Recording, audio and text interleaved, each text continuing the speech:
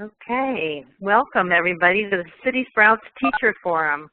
We are so thrilled to be here and to have all of you joining us. We've been thinking about a way of helping to support and build a community of practice for teachers who are using their garden for teaching, who are interested in it, for other educators who want to know more about what's happening in the school garden in terms of education. So we're thrilled to have you with us. My name is Jane Hershey, and I'm the Executive Director of CitySprouts School Garden Program. Before we get started, I just want to have a few reminders for everybody regarding our platform today. We'll be recording today's session, and the recording will be posted on our website very soon. You'll be able to find it on the Teacher Forum page, and you'll see that on our home page. After this call, go take a look for that. I'm assuming everyone can hear me now. If you're having any trouble with sound, just type into the chat box below and Mike will help you out. Just a minute, you'll be able to hear our three speakers too. Because we have a lot of people on this call today, we've muted everybody else's line to limit background noise. But that doesn't mean that we don't want your participation. So please, please, we're hoping you've got questions to ask, comments to share, and connections to make based on what you hear today. So again, please use that chat board below and introduce yourself to one another, where you're from, your interest in school gardening. Ask questions as they occur to you, and there will be time later for teachers to respond to some of those questions. So we're highlighting just a couple of teacher experiences in the garden today, and we'd love to hear yours as well. So please use that chat board. Okay, and now we're going to, I'm going to move to the next slide. Mike, do you want to hand over the control to me?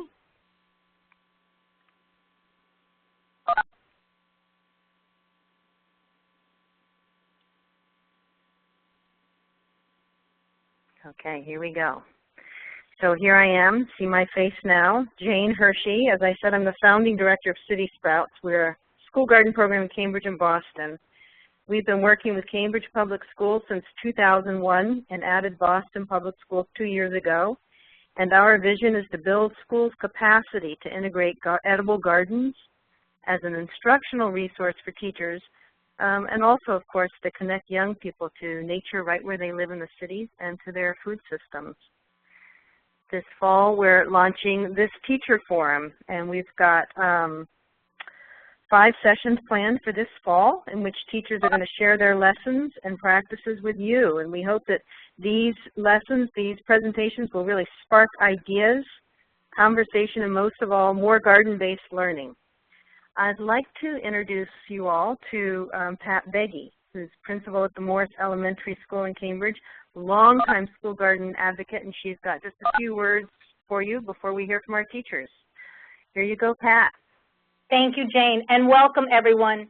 This is such an exciting time because as CitySprouts has grown and teachers have grown, more and more students have gotten into the gardens. And this chance for you, the teachers, to come together and share ideas is just a wonderful way to get started on a new adventure for us. The picture on your screen is the Moore School CitySprouts Garden. I have been here for 10 years, and I have seen firsthand how getting into the garden with the teachers has made a difference for children. So your chance today to listen to one another, and I want to thank the first pioneers for volunteering today to share their writing about writing in the garden, but all of the things you will share, as you all know, come from real hands-on experience. So these are tried and tested, and ask questions and get the most out of it so that you can have your students benefit from this, not just academically, but also the environmental aspect, the health aspect, and the cultural and inspirational arts aspect of the garden. So anytime you're in Cambridge, please stop by the Moore School, but more importantly, learn from one another. I look forward to meeting you all later on in the year at the gathering at the end of the sessions in November, and maybe I'll be able to hear from you how you've learned something from one another and have taken it and tried it in the garden with your children.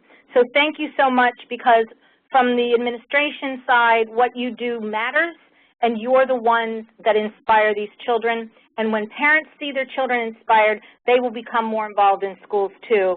So thank you for joining the forum, and it will be what you make it to be. And this is a chance for all of you to step up and share. And as we all know, learn from one another is the best way to move forward. So thank you for inviting me, Jane, and welcome everyone, and good luck. Thank you, Pat. Okay, we've got two teachers who are going to kick off our CitySprouts Teacher Forum today, and they're going to share some lessons. They've got a few slides with some really fabulous pictures to illustrate their story. Karen Ingalls is a third grade teacher at the Graham Parks Elementary School in Cambridge, and she's presenting a writing lesson, as you can see from the slide, based on Michael Pollan's The Omnivore's Dilemma. Karen will tell you more about that in just a minute. After Karen presents, Erica Pastor, fourth grade teacher at Orchard Gardens Pilot School in Boston, Massachusetts, has a lesson that she's been doing in the garden around Native American history and the school garden and the Three Sisters bed. So we are going to move right ahead with Karen. I just want to remind you all to write questions on the chat board below as you think of them. We're going to pause after Erica and give a chance to these teachers to respond to your questions, but go ahead and write them down now. Okay, Karen, here you are. Hi, can you hear me? Yes. Great. So this is my first webinar, so I'm a little nervous about the technical aspects, but I'm going to go ahead and just let me know if you're losing me. So my name is Karen Ingalls. And I've been teaching since 1999, and this project has really evolved over many years. And my inspiration for this project began when I was teaching in Boston. I taught at the Harbor School when it was first established as an expeditionary learning school in the late 90s. And I taught on Bowdoin Street, sort of in between Fields Corner and Upham's Corner. And one of the issues that I became concerned about early on in that teaching experience was just access to food for my students, and observing, the way in which kids often ate chips for breakfast and didn't have a lot of access to fruits and vegetables. And so I wanted to find a way in my teaching to address nutrition, but to also address all the obstacles to nutrition that take place in low-income communities in terms of food access and the cost of fresh food. So eventually, I found my way to the Graham Park School, and we are fortunate to have this gorgeous community garden through CitySprouts, and we are able to grow lots of fruits and vegetables right here. So one of the third grade curriculum units in Cambridge is around plants. And we decided to use that as a launching point to develop a project-based unit that spanned about 8 weeks called Eat Food, Mostly Plants, which comes from one of Michael Pollan's sort of guidelines for living. And what we did, and I'm just trying to advance the slide here. There we go. We wanted to study the role of plants in our diet, so we were able to work with Meg, who is our CitySprouts Garden Coordinator, to do a lot of hands-on work in the garden. We did a lot of scientific sketching of plants at different stages in the life cycle. We really began to identify how plant parts correspond to different types of foods in our diet. So we distinguish between root vegetables, leaves, seeds, all the parts of the plants, and sort of began to allow students to develop that vocabulary. And in the meantime, we were also growing plants in our classroom in order to do some data collection and really understand the plant life cycle.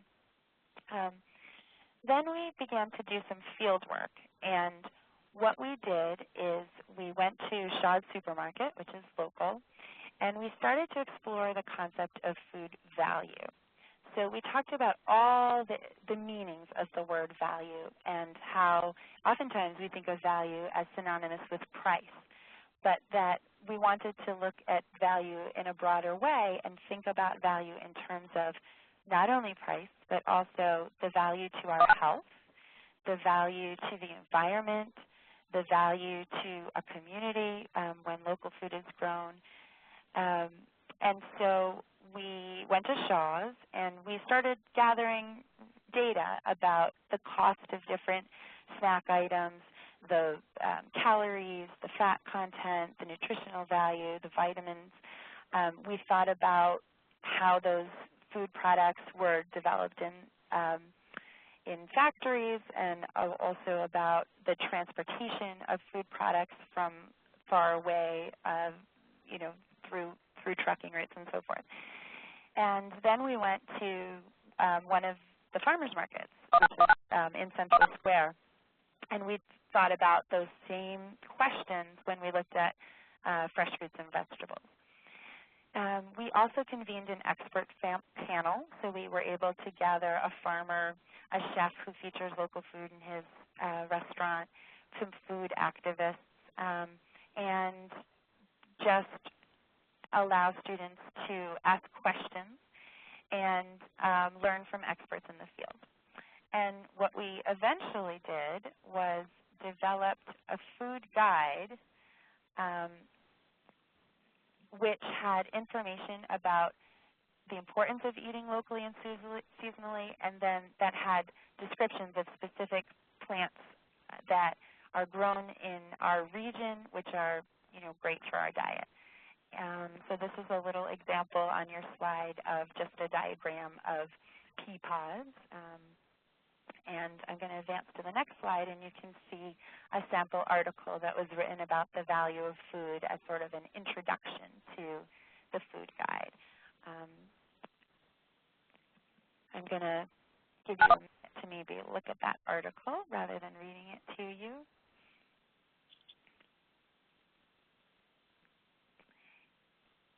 And as you're finishing up, I'll conclude by saying that we were very proud of our food guide in the end, and we were able to have a parent who is also a chef come in to help us bake morning glory muffins with fresh and local ingredients from farmers markets. And then we held a community breakfast featuring our morning glory muffins and our hot off the press food guide. And when we were done, we shared the final product with Michael Pollan, since he was the inspiration for this work. And students also wrote action plans for what they wanted to do to make changes in their own diets. We were really excited to get a letter back from Michael Pollan, and his letter is here on the final slide.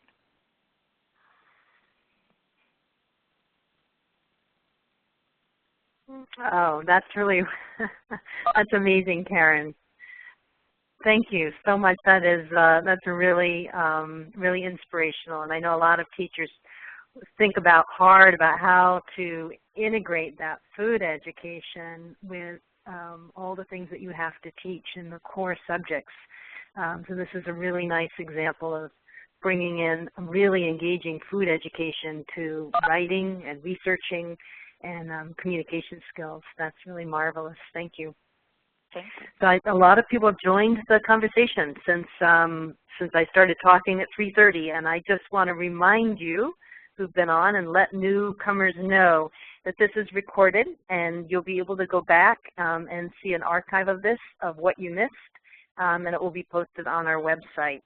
And I also want to remind you that your questions, you can write down questions as you think about them in the chat box below. So see that down there. It says send to choose everyone, write questions in, and there will be a chance for Karen to answer your questions. Practical questions, vision questions, where she's going next at the end of at the end of the second presentation.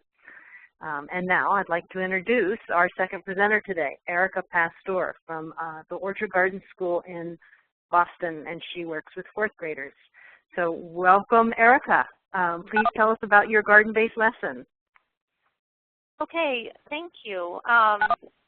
This is also for me my first webinar, and I would say that I'm newer to the garden and incorporating it into the curriculum, into what I do in my classroom. Karen's project looks very sophisticated, I think, compared to mine, but I think that my presentation will be encouraging to people who aren't quite sure how to get out into the garden and how to start weaving it into your instruction, because I feel like I'm pretty new to the process, but it's exciting to be in it and to be developing projects that I hope one day will look as good as Karen. So I'll just say a little bit about myself. This is my 5th year at Orchard Gardens. We're in Roxbury, so we are definitely in the city. And I was really excited when CitySprouts came to our school a couple years ago because I'm always looking for ways to connect to the outside world and to get the kids out of the classroom, to get into the fresh air. And so when the garden first came to Orchard Gardens, I wasn't quite sure of how I was going to integrate it into my instruction. But so we started out, I'd say the first year that the garden was here, I started just by taking my kids out to the garden to see it. And we took our writer's notebooks out there a couple times, and I think we went out a couple times in the spring and did a read aloud out there, and that was about it. Last year, I felt like I did a little more. So that is what I did last year is what this presentation is based on. So I'll go ahead and get started. And I'm just, okay. So in the spring, let's see. Okay, the summer before last year, the food corps member and the garden coordinator, I had met with them, and they planted a Three Sisters garden. So when we came, wait a second. Sorry. It's the slides. There we go. Okay. So here's a picture. This is a close-up picture of the Three Sisters garden that we actually planted last spring. But let me, okay.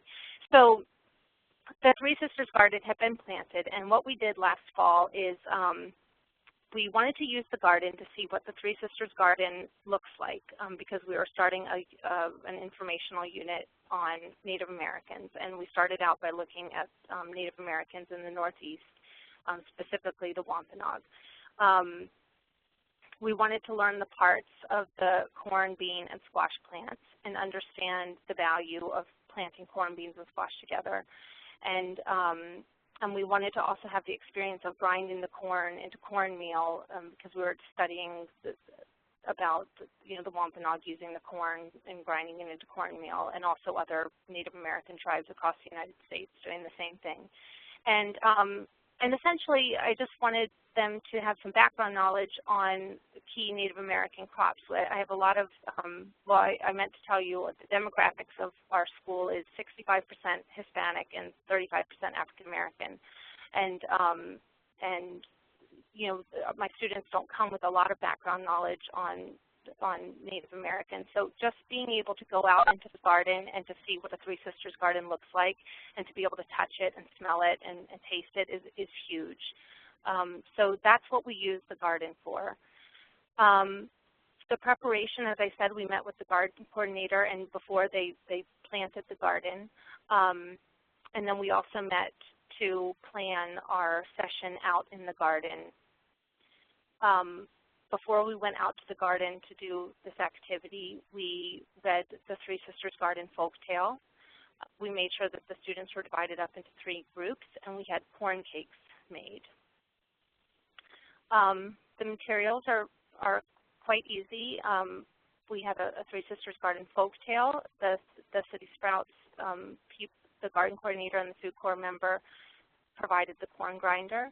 We had a mortar and pestle because the students used that to experiment grinding corn with a mortar and pestle. We had our writer's notebooks, pencils, the corn cakes, and of course the 100% pure maple syrup, which of course is a Native American resource, and also, and we subsequently actually went on a maple syrup tour later in the winter time. So that was there. So we made sure we had maple syrup for the corn cakes.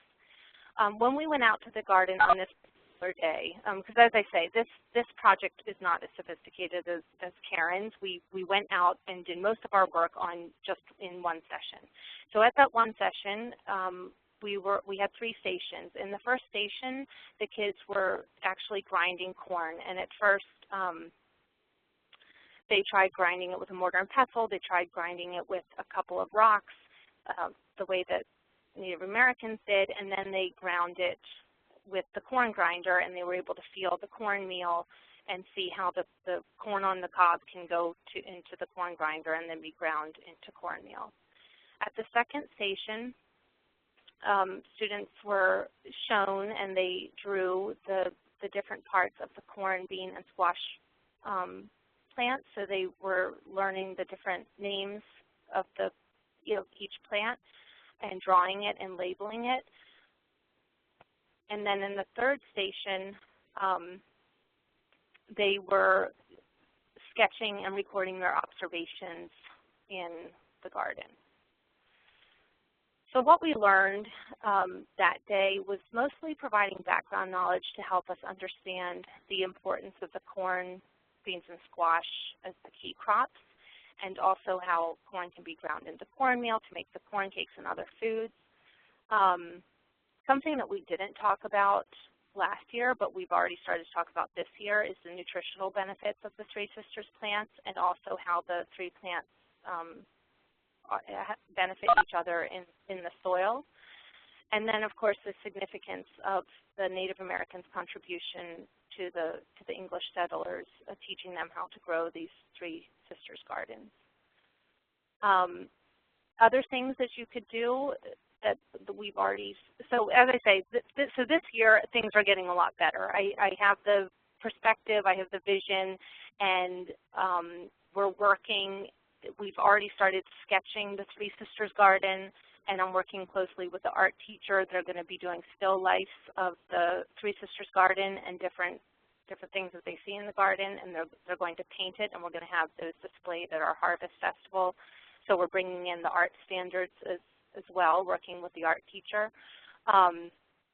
Something else that I think that the garden is great for, and it's not necessarily a standard or a framework, but what I did last year, and I'm intending to do this year, is I send small groups of students on a rotational basis weekly out into the garden to help the food corps member, the garden coordinator, just be in the garden and do whatever has to be done out in the garden. And the kids really look forward to it. I think it's really healthy for them, and it just helps us stay connected with the garden and with the world outside of our classroom.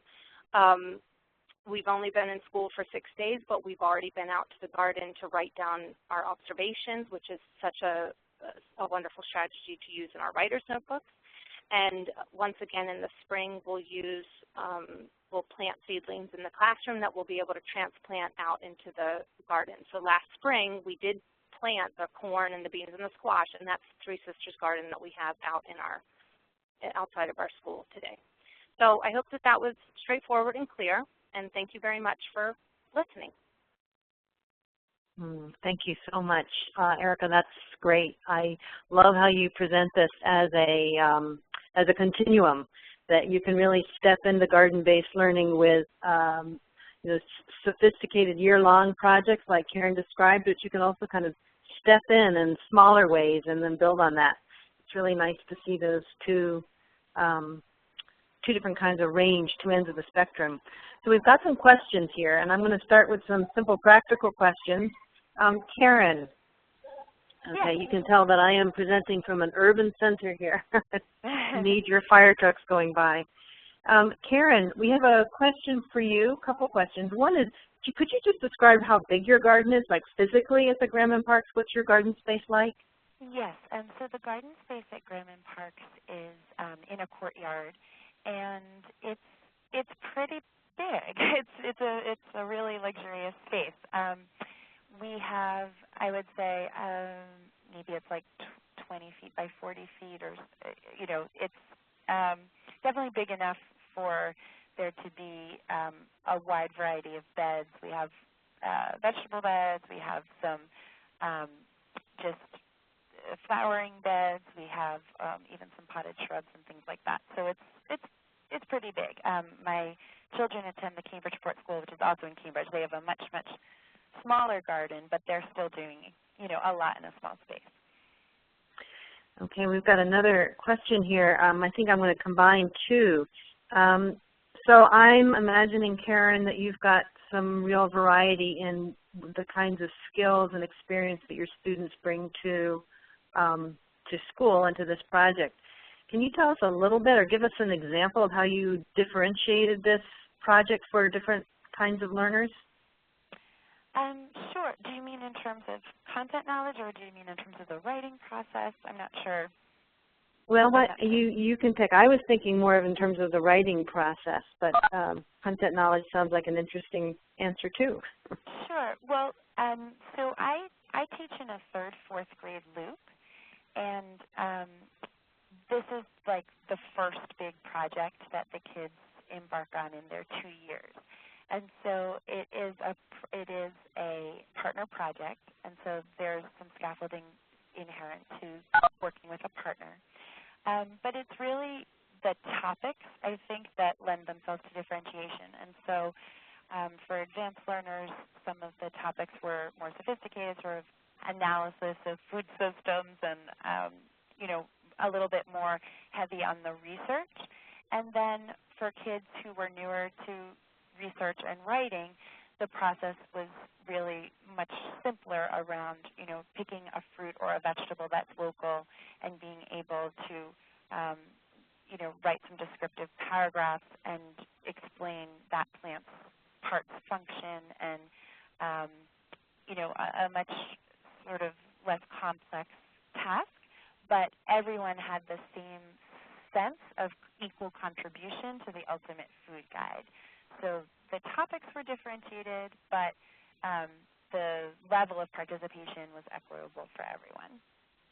Great, thank you. And then we've got one last question here about, is there a science specialist in your school and as well? And if so, is that science specialist teacher collaborating with you in this project? We don't have a school-based science specialist, and we do have science coaches who are in the district who definitely, support our work on these projects. Okay, but it sounds like not on a kind of a weekly basis, that they're not in the garden with you. Right. Okay. So both Erica and Karen, I will add, are part of the CitySprouts network. So they do have a couple of times a week a garden coordinator who's there both as a resource and sometimes actually be working in the garden with you. And I think that, Karen, you've done a lot of this work independently of the garden coordinator. Erica, on the other hand, I think you've even referred in your story to working with a garden coordinator. Erica, can you tell us a little bit physically about what your garden's like at the Orchard Garden School? Yes. So we were just out there yesterday, and we were at different beds. So we have, I think about 6 or 7 different beds, and with herbs and vegetables, and there's a butterfly garden bed, and then we've got the Three Sisters garden planted right in the ground. It's not in a raised bed. So I think we have about 6 or 7 raised beds, and then we have a Three Sisters garden. I'm pretty sure I've seen the one at Grandman Parks. My kids go to school at King Open in Cambridge. They've got quite a big garden out in the courtyard, but it's a good size garden. There's certainly enough space for a class of 24 or 25 if they're in 3 different groups.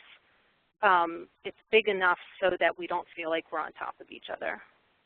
Great. And here's another question from B. Gates at Boston Public Schools to Erica about the science specialist. Is there a science specialist in your school? And if so, does that person work with you in the garden? There is a science specialist, and she's new this year, and we're supposed to be meeting very soon to collaborate, especially around things that we can do in the garden. So I'm hoping to use the garden even more. And I was also talking to the woman who was the sort of head of our science department, and we're talking about, because we only have science, unfortunately, once a week. My fourth graders only have science once a week. So we've started to talk about on the instructional leadership team how we can embed more science into our instruction, and using the garden and trying to create these project-based, like Karen was talking about, project-based units that embed the science and the social studies is what we really want to do. And you know, just being out in the garden yesterday and looking at the bumblebees and the different insects, and then really focusing on the parts of the plants, I thought, oh my gosh, this is so easy. It'll be so easy to embed the science into this unit. So I'm hoping that within a few years I'll have, you know, a really outstanding unit with the social studies and the science in it. And I'm hoping that the science specialists will, really be able to collaborate with that. And we know that you've already pulled in the art teacher. So that's pretty great. Here's a question for you, Erica, from Jane Roundy. Can you recommend a version of the Three Sisters Garden Folktale? I can, and yes, I meant to put that link. There's one that I have found online that I can post the link to later, but then there's also there's a wonderful book by Joseph Bruchac, and I believe it's his brother, and I'm saying it's a J. It might be Jason Bruchac. But if you look up Joseph Bruchac, Native American Folktales, and I'll try to very quickly actually post this link. It's a wonderful book full of Native American folktales from all the regions of the United States. And there's a Three Sisters Garden folktale there that's it's a Wampanoag folktale. So let me try to post that onto the bar chat board right now. Yeah. Okay, that would be great. And then there's a question from B. Gates again, and I'm going to say this to both Karen and Erica. Maybe Karen, you can answer while Erica's writing up that link.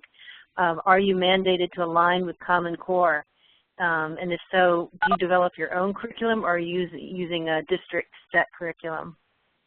That's a great million-dollar question. So our school's traditionally been an alternative school, although the sort of autonomy of the school has definitely decreased in recent years. We definitely are mandated to adhere to the Common Core in terms of standards. And we have had significant leeway in terms of developing teacher teams collaborating to develop the curriculum, which we've always been able to do in an interdisciplinary way. I think that's may or may not be the future, but it's certainly been the history of the school, and I hope will continue. Great, thank you. And Eric. So I'll respond. Yeah. I'll respond to that too. I think the Common Core. It's always like Common Core, Common Core, Common Core. Actually, when you look at the Common Core standards, I feel like they're so vague that you can do really. I mean, one positive thing about the Common Core is that you can do such wonderfully creative things and still, quote unquote, meet the standards. So I don't think that the Common Core necessarily keeps out these types of units. In fact, I think that it's, I feel like these types of units are very well aligned to the Common Core. And there are I don't believe that there are Common Core science standards, but they're the new generation science standards, which I do believe I've got to scrutinize them. But I don't think that having the Common Core means that you can't do this type of wonderful learning. So maybe the more pertinent question is, is your school committed you to a specific district curriculum, maybe a scope and pacing that you're obliged to follow? So in Cambridge, we do have fixed science units for each year. So for example, in grade 3, we have a plants unit, we have a rocks and minerals unit, and what's the last one? We have I'm spacing out. The thing about teaching the 2 years is I get confused. So we were able to use that sort of what the core standards were for the plants unit, and then expand the content into an interdisciplinary unit that tackled some of these bigger questions about food that were not part of the initial intent of the curriculum unit. So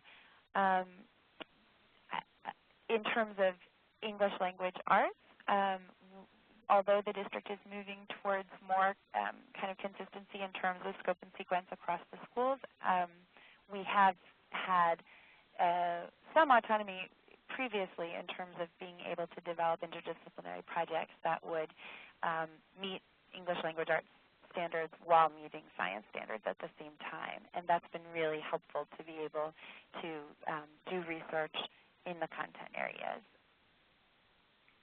That's great. Thank you. Erica and then Karen, could you share a bit more about students' observations and reactions to these lessons? I think you touched on it, Erica, earlier when you said just seeing the garden is huge.